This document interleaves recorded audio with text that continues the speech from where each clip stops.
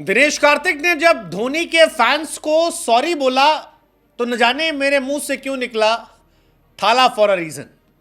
हालांकि उम्मीद थी इस बात की कि कार्तिक ने जो टीम चुनी थी उसके बाद कार्तिक को बैशिंग का सामना करना पड़ेगा और वो हुआ।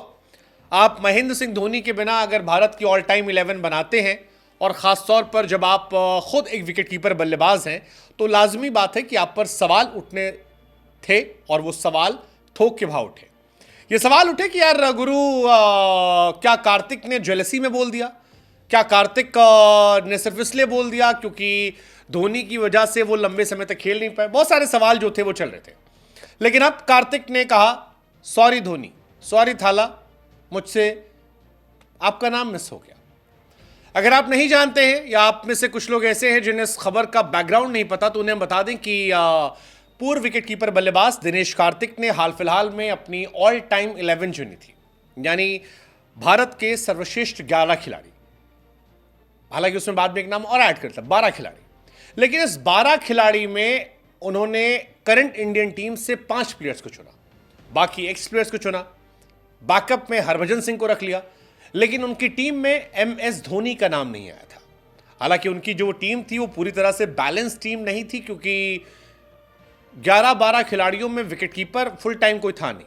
लेकिन तब लोगों ने कहा कि शायद राहुल द्रविड़ को उन्होंने विकेट कीपर के तौर पर रख लिया। तब भी हमने सवाल उठाया था कि धोनी के बिना उनकी ये टीम पूरी नहीं हो रही है। और अगर आप इंडिया की greatest of all time team चुन रहे हो तो you can not ignore MS Dhoni, because एक वो 3-3 ट्रॉफी जीतने वाले कप्तान, दूसरा MS धोनी वो खिलाड़ी हैं जो इंडिया के सर्वश्रेष्ठ विकेट कीपर बल्लेबाज हैं। कोई भी इंडिया का विकेट कीपर बल्लेबाज धोनी के आसपास भी फटकता नजर नहीं आता है। और बिना विकेट कीपर की आपकी टीम हो नहीं सकती है। और अगर आप तीनों फॉर्मेट की मिलाकर एक टीम बना रहे तो बिना धोनी के आप टीम कैसे बनाओगे?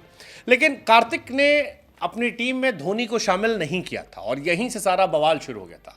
और उसके बाद फैंस जो थे वो हैरान हो गए थे। कार्तिक को जमकर आलोचनाओं का सामना करना पड़ा। धोनी के फैंस वैसे भी बड़े यूनाइटेड होते हैं। MS धोनी खुद कई बार कह चुके हैं कि उन्हें रिएक्ट करने की ज़रूरत नहीं पड़ती क्योंकि उनके फैंस काफ़ी हैं। लेकिन अब कार्तिक ने गलती सुधार ली है और धोनी को ना चुनने को लेकर माफ़ी मांगी है। उन्होंने कहा कि भैया ये करना गलत था, साथ ही एक दमदार दावा भी किया। उन्होंने कहा कि भाई लोग, मुझसे बड़ी गलती हो गई।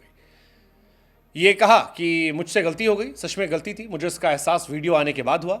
जब मैंने प्लेइंग 11 चुनी तो कई सारी चीज़ें हो रही थी। मैं वाकई में विकेट कीपर धोनी को भूल गया। सौभाग्य से राहुल द्रविड़ 11 का हिस्सा थे, इसलिए सभी ने सोचा कि मैंने पार्ट टाइम विकेट कीपर रखा है। लेकिन वास्तव में मैंने राहुल द्रविड़ को विकेट कीपर के तौर पर नहीं सोचा था। उन्होंने कहा धोनी निश्चित रूप से 11 का हिस्सा है और अगर वो 11 है तो फिर कैप्टनसी भी धोनी के पास रहेगी। हमने कहा यार ये वाला लॉजिक हमने पहले ही लोगों को बता दिया था, लेकिन बवाल हुआ, काफ़ी ज़्यादा बवाल हुआ। कार्तिक हालांकि मौज में 2024 में रिटायरमेंट लेने वाले कार्तिक कहते हैं कि क्या आप इस बात पर यकीन कर सकते हैं कि एक विकेट कीपर होने की वजह से मैं भूल गया विकेट कीपर को ऐड करना? इतनी बड़ी गलती नहीं होनी चाहिए थी। लेकिन ठीक है, अब है तो है, थाला फॉर अ रीज़न। माफ़ी मांगते हैं और ये कहते हैं कि धोनी को कप्तान बनाइए, धोनी हर फॉर्मेट में फिट है। फिर कार्तिक धोनी की तारीफ करते करते पुलिंदा बांध देते हैं। कहते हैं कि मेरा मानना है कि धोनी भारत के ही नहीं बल्कि क्रिकेट खेलने वाले अब तक के सबसे महान क्रिकेटरों में से एक है। और फिर वो कहते हैं कि मैं इसको वाकई मानता हूँ। फैंस बोले देखो, थाला फॉर अ रीज़न। पहले कह रहे थे कि खिलाएंगे ही नहीं, पहले कह रहे थे कि रखेंगे ही नहीं, और अब कह रहे हैं कि थाला फॉर अ रीज़न सब कुछ। टीम में उन्होंने कहा कि 7 नंबर पर धोनी होंगे और ये कहा कि एक बदलाव करूंगा। अब आसान है, आप जडेजा को उन्होंने अपनी टीम से बाहर कर दिया, धोनी को अंदर रख दिया, थाला 7 नंबर पर खेलेंगे, तभी तो थाला फॉर अ रीज़न होगा। वो फिर वो कहते हैं धोनी कैप्टन बनेंगे।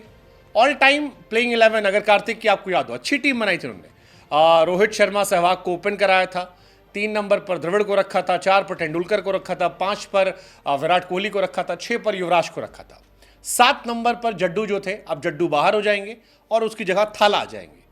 फिर उसके बाद 8 नंबर पर अश्विन, 9 पर कुंबले, इसके बाद 10 और 11 पर जहीर खान और जसप्रीत बुमराह। ये भारत की दिनेश कार्तिक की प्लेइंग 11 होगी, जिसमें आप एक एक्स्ट्रा प्लेयर हरभजन सिंह को रख सकते हैं। और ये रही फिलहाल कार्तिक रिटायर हो चुके हैं। इंडिया के लिए 26 test match, 94 one day, 60 T20 matches खेले हैं।